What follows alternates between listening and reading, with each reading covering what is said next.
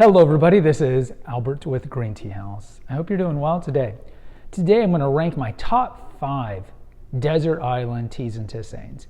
Now before I begin, if you haven't done so already, please visit us here in New Braunfels, Texas. We're in a little hamlet called Green, which is halfway between San Antonio and Austin. So if you're ever in Texas in this area, come visit us here at the Tea House.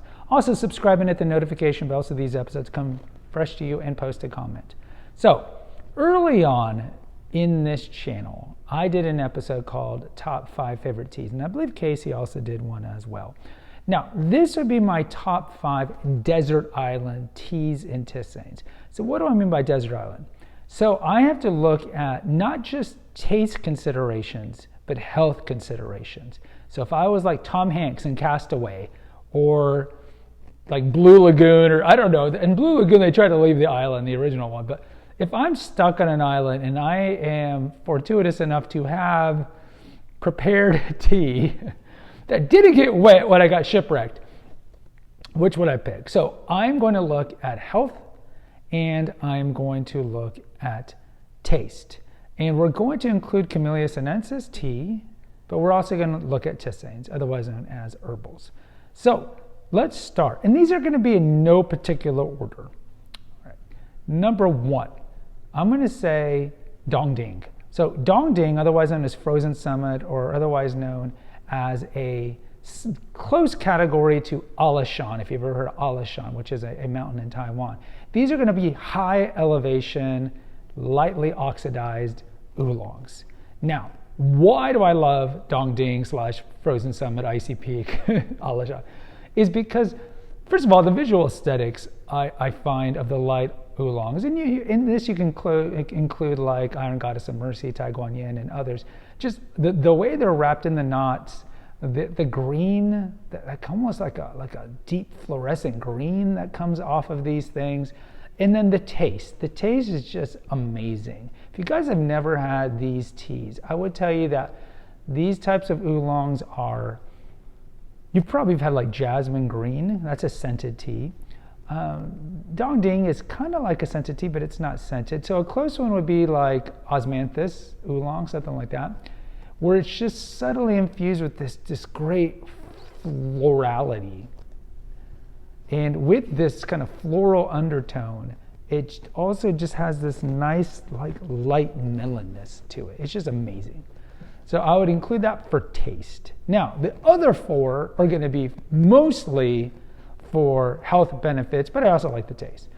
Number 2 I'm going to include is pu'er. So the reason I would include pu'er is because pu'er, as we know, is fermented. So I'd be getting the microbial probiotic benefits of pu'er, because who knows if I'm, if I'm living on a desert island, probably my health and my food sources are going to be healthier than the standard American diet that I get at the grocery store over here. But either way, this would ensure that I am getting some help for my microbiome, my gut.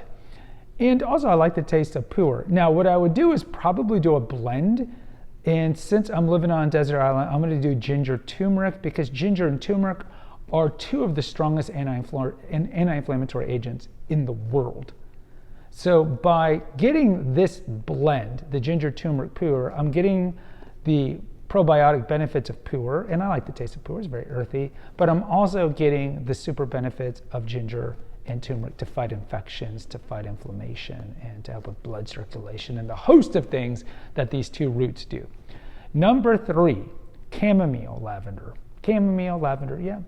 I would include chamomile lavender, because I just started because I was thinking, am I including my blends or just including these in general? But yeah, I want to do my blends.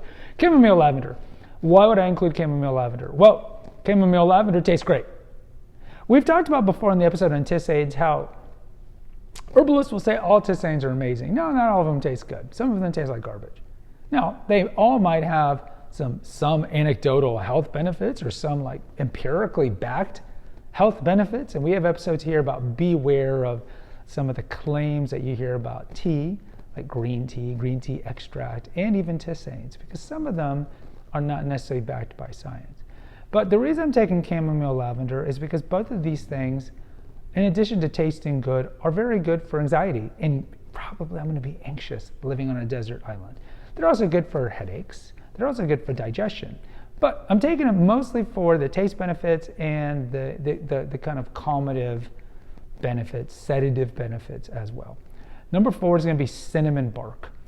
Reason I'm taking cinnamon, straight cinnamon in other words, is because cinnamon is probably the healthiest tisane on the planet for the typical American. Why? Because cinnamon really helps with insulin uptake. So insulin is a hormone made by the pancreas when we consume something that's got carbs. So the reason why insulin is released by the pancreas is because our blood sugar goes up, insulin is released, and insulin serves as a key to shunt that blood sugar to where it's supposed to go, which is our muscles and our liver. Type 2 diabetes is when that insulin key is broken, and so it can't go to those places. So now you have high blood sugar and high insulin, which is bad.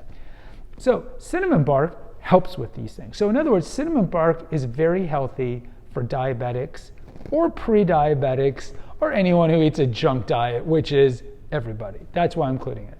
In the 5th one, you're like, Gregory or Albert. Gregory's my middle name. You're like, Albert, what about green tea? Well, of course I'm going to include green tea. So I'm going to include the healthiest green tea on the planet. That would be the easiest to prepare.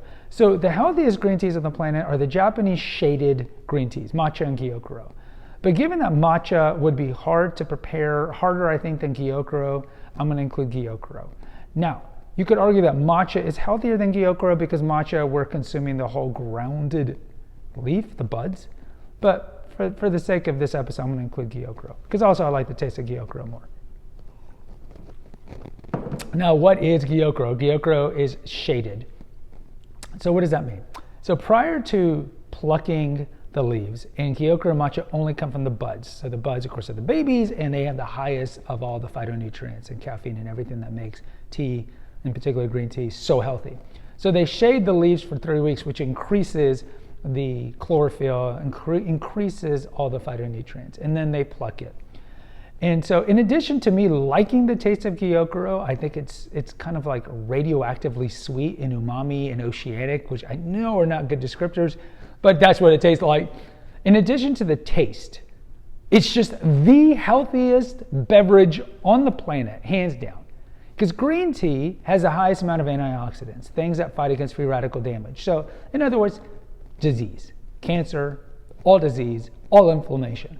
So I'm getting green tea, which that in yellow is obscure, so we'll just say green tea, in itself has the highest amount of antioxidants of anything that you can drink in the world. But in addition to that, I'm drinking the shaded greens, which have even more of the highest things. So if I'm living on a desert island, of course I'm drinking gyokuro every day because it is going to protect me. It's a prophylaxis. It's going to protect me from a lot of diseases. Of course, is this going to protect me from being bit up by mosquitoes or some crazy predator animal or something, or like some animal like in Lost, the TV show? No. But it tastes good and it's the healthiest thing. So if money is no object, you should be drinking gyokuro. So in closing, what are they? Pu'er, ginger turmeric pu'er, cinnamon bark, chamomile lavender, gyokuro, and dong ding. Not ding dongs, dong ding. Guys, post in the comments, what are your top 5 desert island teas and tisanes? Until next time, take care. God bless.